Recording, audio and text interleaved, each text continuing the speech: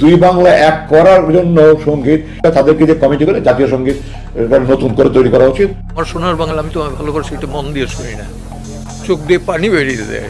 জাতীয় সঙ্গীত কখনো পরিবর্তন করা যাবে না, এটা জন্মসূত্রে পাওয়া। আমি একটা কথা বলি, আমাদের দেশ কোনোদিনই পরিবর্তন হবে না, এটা খুব দুঃখ নিয়ে বললাম। আমাদের বাংলাদেশ কোনোদিন পরিবর্তন হবে না। জাতীয় সঙ্গীত পরিবর্তন হলে ক্ষমতা থেকে টেনে হিসেবে নামানো হবে উপদেষ্টা নাহিদ ও আসিফকে। একই করাবার্তা দিলেন সমন্বয়ক রাফি। যারা আছে আপনাদের সাধারণ শিক্ষার্থী, যেটা ডিভাইড হয়ে গেছে সেটা আপনারা নিজেরা বসে আলোচনা করেন। দর্শক, এখন বর্তমানে বাংলাদেশে আলোচনার কেন্দ্রবিন্দু আমার সোনার বাংলা, আমি তোমায় ভালোবাসি। আমার সোনার বাংলা, আমি তোমায় ভালোবাসি।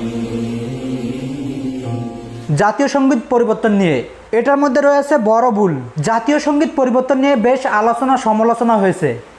এই জাতীয় সঙ্গীত পরিবর্তন নিয়ে দেশের বিভিন্ন জায়গায় মারামারিও হয়েছে, কিন্তু এই ইস্যু নিয়ে বেশ নীরব ছিলেন উপদেষ্টা নাহিদ ও আসিফ।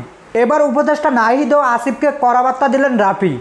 তিনি বলেন, বসে বসে গরুর মাংস খেলে হবে না, শুধু নিজেদের চাহিদার দিকে নজর দিলেও হবে না, জনগণের চাহিদাও মেটাতে হবে। আমরা দেখছি আমাদের জাতীয় সঙ্গীত পরিবর্তন নিয়ে এই বিষয়টা নিয়ে আপনারা খুব নীরব। এই বিষয়টা নিয়ে অনেক বিশৃঙ্খলার সৃষ্টি হয়েছে। এই বিষয় নিয়ে আপনাদের জায়গা থেকে আপনাদের অবস্থান আপনারা পরিষ্কার করুন। তিনি আরও বলেন, আমরা যেমন আপনাদেরকে উপদেষ্টা বানাইছি, ঠিক আমরাই আপনাদেরকে টেনে হিসেবে ক্ষমতা থেকে নামাবো। দর্শক, এগুলো বলেন রাফি। এই বিষয়ে আপনাদের কোনো মতামত থাকলে আমাদের ভিডিওর নিচে থাকা কমেন্টস বক্সে জানাবেন। সকলে ভালো থাকবেন, সুস্থ থাকবেন। আল্লাহ হাফেজ। আসসালামু আলাইকুম রহমতুল্লাহি ওয়া বারাকাতুহু।